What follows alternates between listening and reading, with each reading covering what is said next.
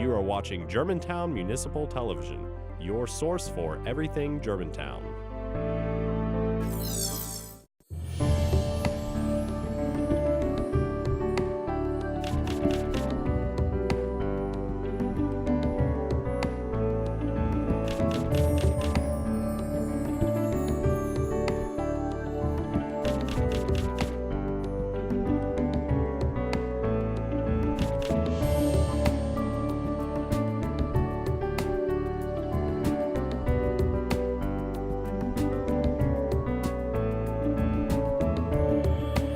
Hello, my name is Mason Grace, and I am your host for today's edition of GMSD's Spotlight on Excellence. Each month, we try to take some time to highlight and show the community just some of the exceptional things happening in your district. We are proud of these programs and individuals because they exemplify excellence in our schools. Today, we have a full lineup for a rich discussion on the Honors Academy at Houston High School. To start our show, please welcome our first guest, your Superintendent Jason Manuel, and Dr. Abigail Simone. Welcome. Thank you for having us. Well, so we're talking about the Honors Academy today. Mr. Manuel, you are an assistant principal here at Houston High, and you started the Honors Academy. How did that happen? How did that come about? Well, it came from my experiences here at Houston High School. I was actually here for 17 years. I knew we had an exceptional academic program.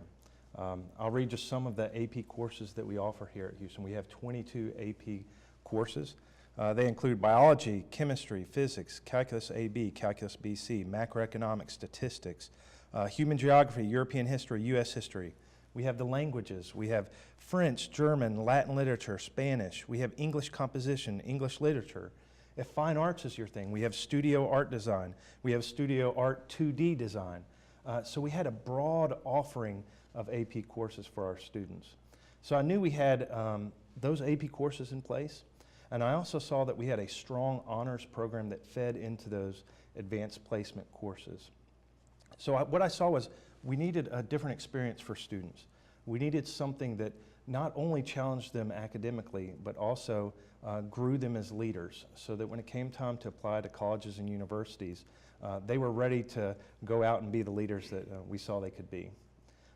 So I recognized that we needed a package. We needed something that put all of this together.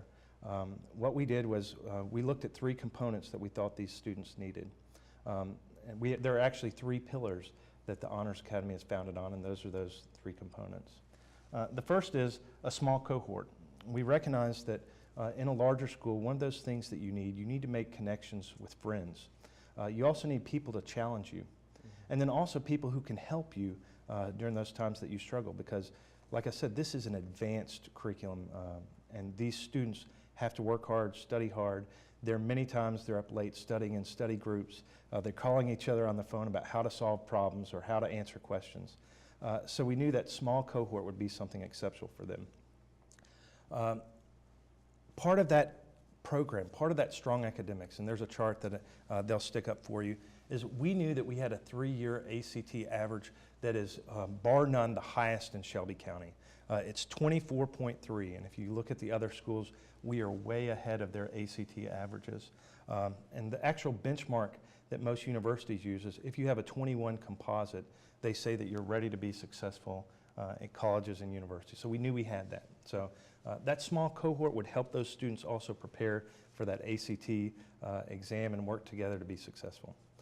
The second thing that we knew they needed, which we already had in place, was the strong academic curriculum. We have the AP courses, we have the honors courses, but giving them choices about how they took those courses, that would be a part of the Honors Academy.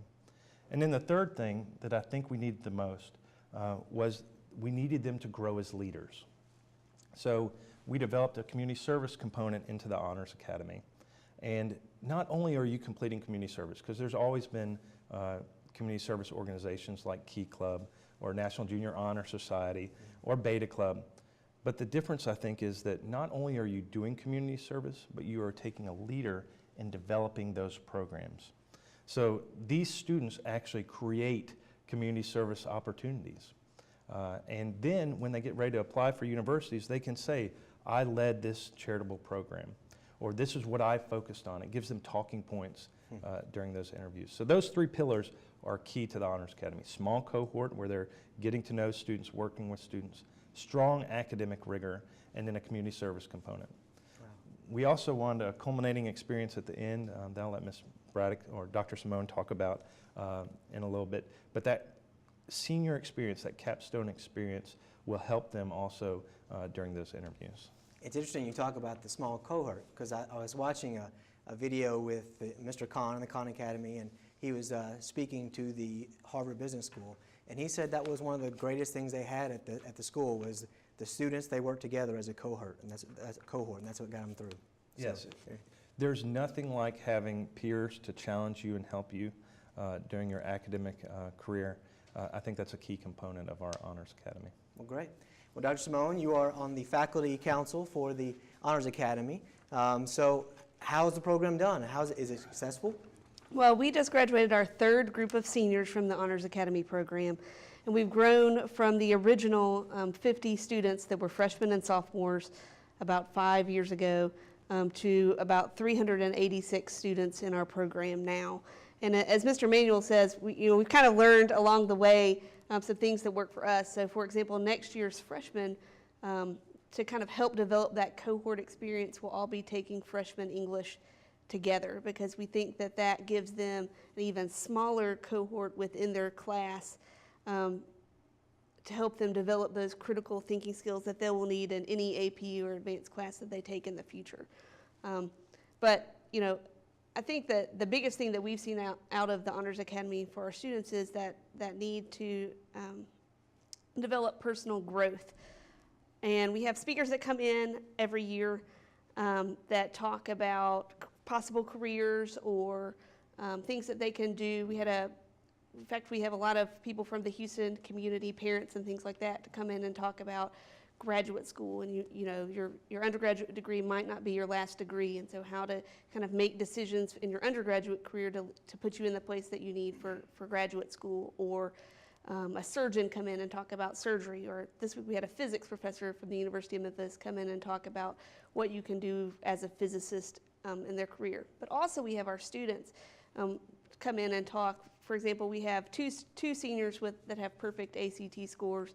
We have a junior that has a perfect ACT scores. And so we brought those students in, as well as our 6 National Merit Scholars, to come in and give some test-taking tips before the PSAT and then before the ACT in April, to kind of give them the insider's view from someone who's been there and done that. You talked about ACT scores. Sorry to slow okay. you down a little bit. How does the Honors Academy ACT average compare with the school's average? This year's senior class, when there were 34 students in this year's senior class, their ACT average was a 33.15, which is actually a full percentage point above where it was last year, which is pretty impressive for a group of 34 students. And that's out of, for the viewers who don't know, what is that out of? That's out of 36, so that's an incredible testament to their hard work and dedication over their high school career, and how the things that they have done have prepared them to be successful test takers and put them in a place where they can get that big scholarship money. Our scholarship total is over $4 million at this point, and it's not even the scholarship deadline for colleges to let students know is April 1st. And so we expect that number for those 34 students to grow from 4 million, above. Mr. Cherry challenged the entire senior class, all 400 members of them, to make it to $30 million this year in scholarship money. And so these Honors Academy kids are certainly doing their part to help that scholarship total. But it's amazing to see the rewards that they have gotten for their hard work over 4 years in the Honors Academy program. So just 34 students, class of 2015, have over $4 million. Over $4 million and growing every day. That's amazing. So it's amazing. Tell me about the requirements for the Honors Academy. Is there a certain number of classes that you have to take that are AP or honors or community service requirements? Sure. We ask that our students take at least 12 honors, AP, or dual enrollment credits over the course of their high school career. Of course, students blow through that pretty quickly. The total honors classes taken by our seniors this year were 484, and the total AP classes were 258. So if you think about that, that's like an average of about 14 honors classes per student, and even more, AP classes per student. So that's a very rigorous academic course load. But these students are not just academics. We have students that play varsity sports, or that cheer, or that are in the band. They're involved in a lot of other academic things, extracurricular things outside of their heavy academic load. Well, that's amazing. Okay. And I can't thank you enough for growing the Honors Academy and making it exceptional like it is now. I think I had a vision, but you have done more than that. You have taken it and run with it and made it something wonderful for students. It's a great thing for our school. Thank you, Dr. Simone. When we return, we'll be talking to one of our AP English teachers, Mr. John Travers. Please stay with us.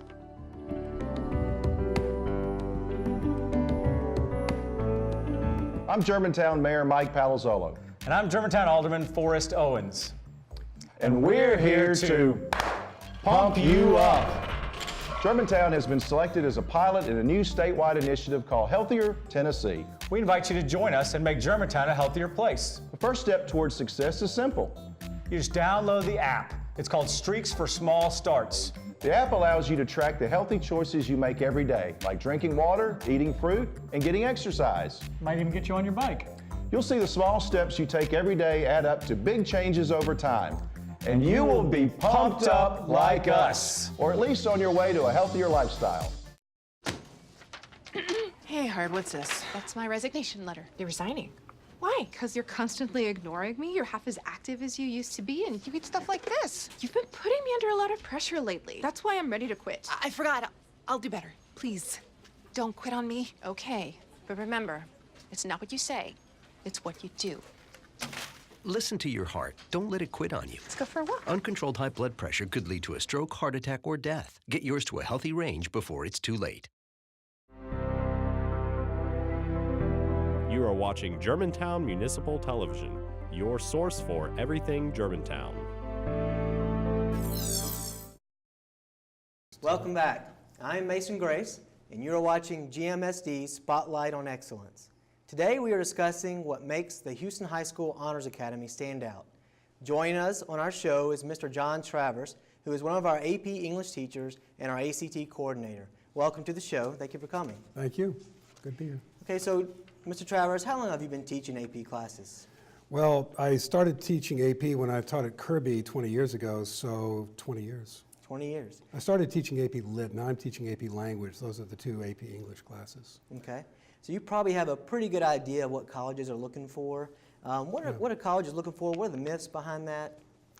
Well, first, there's a common misunderstanding that students at one school are being compared against students at other schools who have different course offerings. For example, AP versus IB, as an example. That just isn't true. That's a very common misconception. Students are weighed against their cohort. That is, the people who they're competing against in the same environment, which means that, for example, the IB program, which many schools offer, is a great program, and if you succeed at it, that's great. But it's just as great if you are in an intensive AP set of courses at a school that has AP instead. So at our school, as you know, we have a very high percentage of students who are enrolled in AP classes, and for them, it definitely fills the need for them and college. Well, tell us a little bit about AP. I think as educators, we throw that term out a lot, and people who don't have children who have gone through AP courses may not have an understanding. What does AP stand for, and how is it monitored? Advanced placement, and there's a very rigorous process by which the College Board certifies each individual class as an AP class. The instructors go to training, and they are also constantly looked at by the College Board to make sure that they're doing a good job. And the result of that is that the courses that are offered through the AP program are college-level courses, which means that typically if you succeed in an AP course by getting what is considered a passing grade, which is somewhere between a 3 and a 5 on a 5-point scale, then you receive college credit. And many of our students take AP classes for that reason. That is, by taking AP courses, they not only prepare themselves for college, but they actually prepare themselves to get out of college early. And their parents love it because it means that they're going to save money on tuition, which is a big issue these days.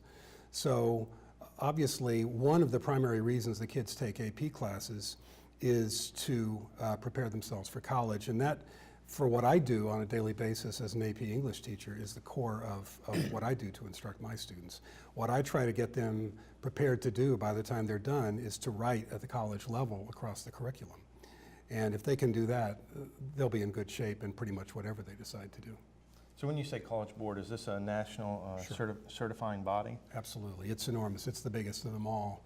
And in terms of standardized testing, they're associated with the AP program and also the SATs, as opposed to the ACT, which is the one that's offered by the other competing testing service. So tell us a little bit about the AP test. A student taking an AP test in New York, is that similar to the AP test that we would be taking in Tennessee? It's identical.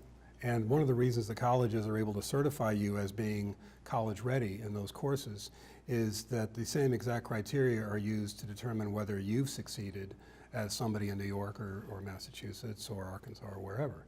And so it gives colleges an enormous advantage because they can basically compare students from school to school and see whether or not they've actually succeeded at the level that the college wants.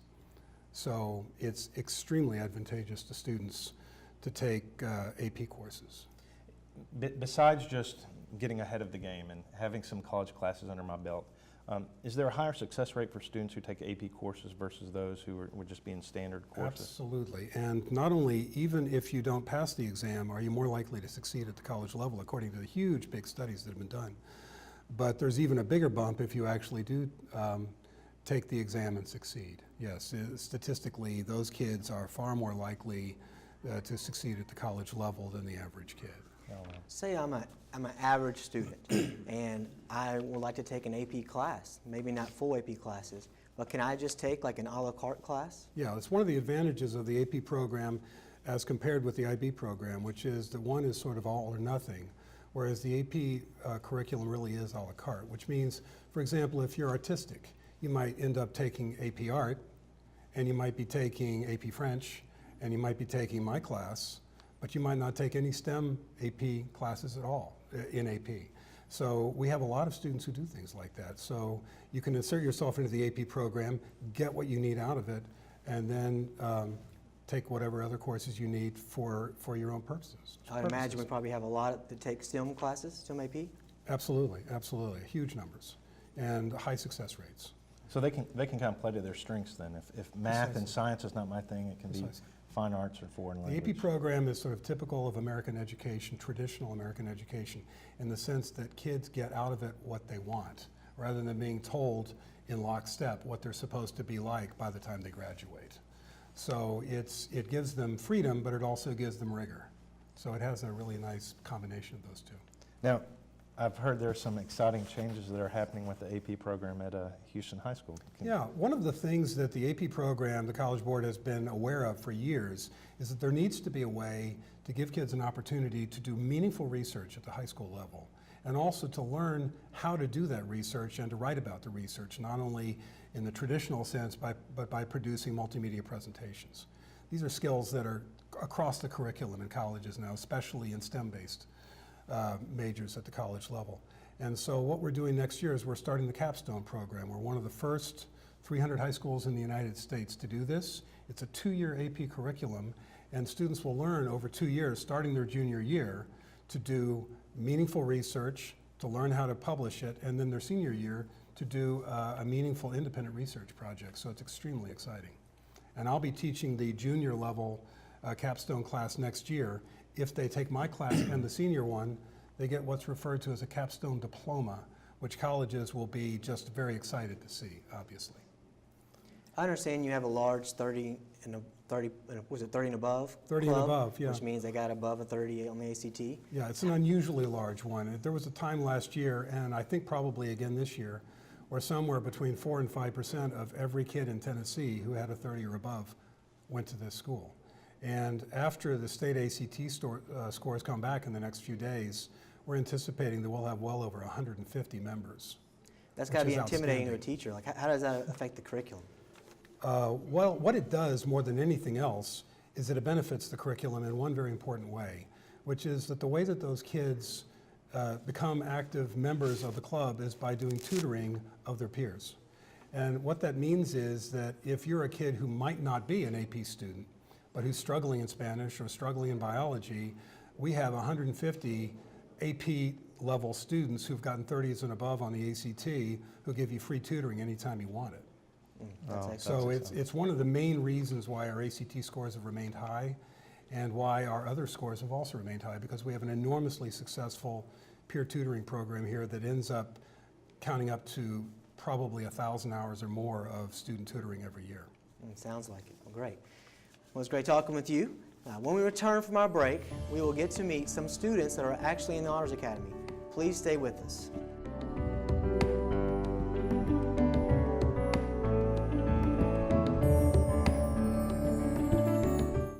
This new dad is picturing a tree house in the sky, but he's ignoring the instructions. Good luck, big guy. His kids know that he's building without a clue. Never been so good with nails and glue. Now we're trapped inside a box. I hope mom knows what to do. Mom! See, you don't have to be perfect to be the perfect parent. Thousands of siblings in foster care will take you just as you are.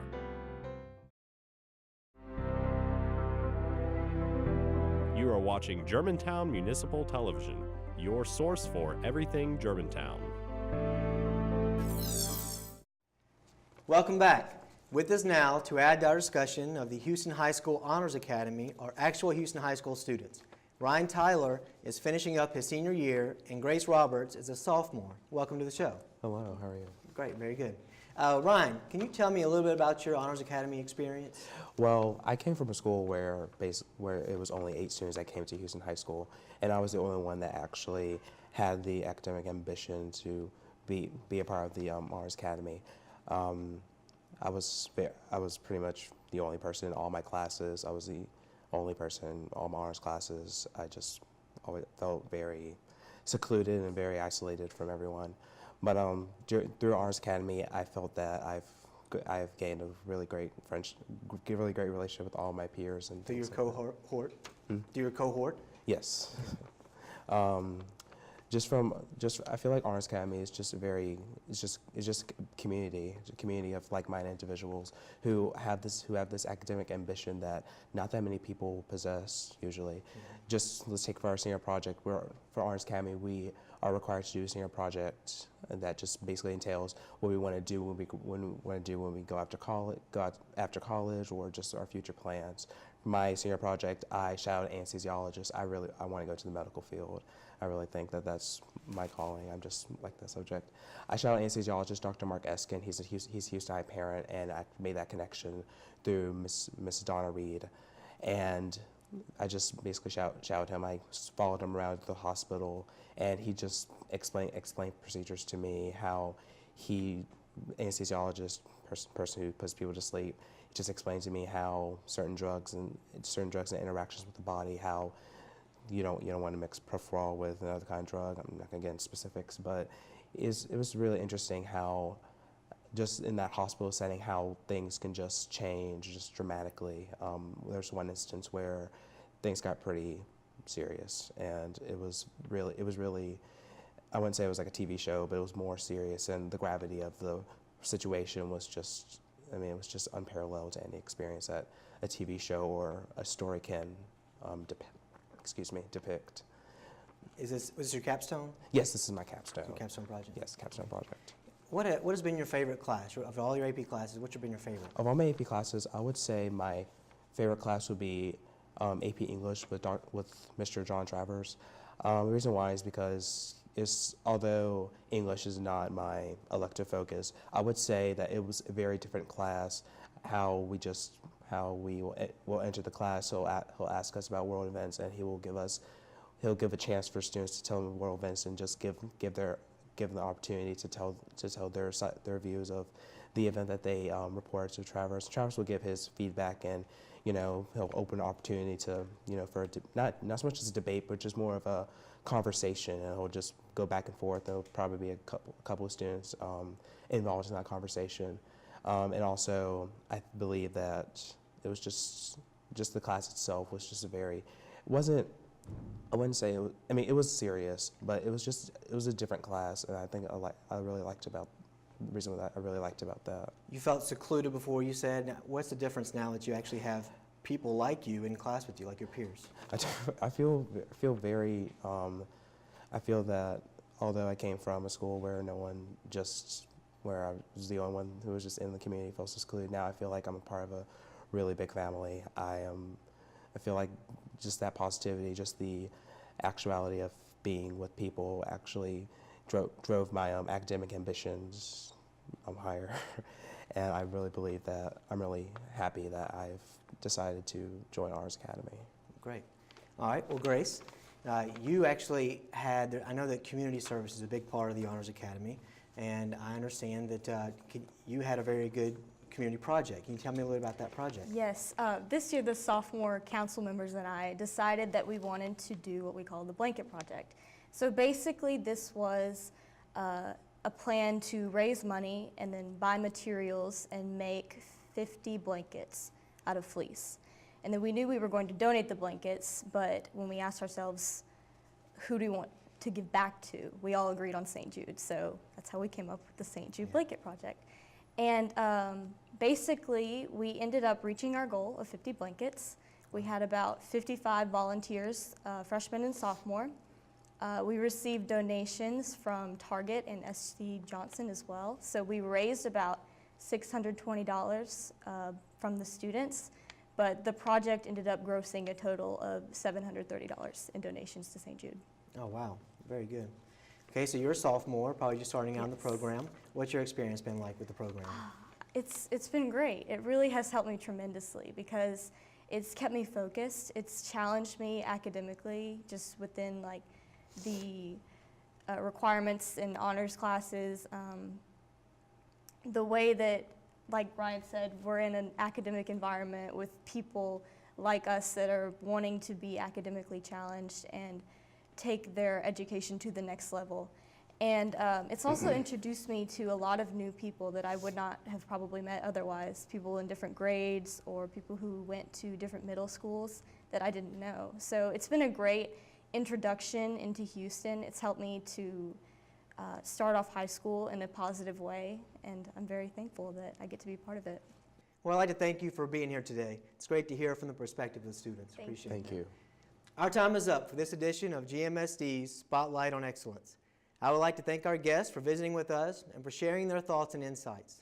If you want to learn more about the Honors Academy, you can email Dr. Simone at abigail.simone@gmsdk12.org.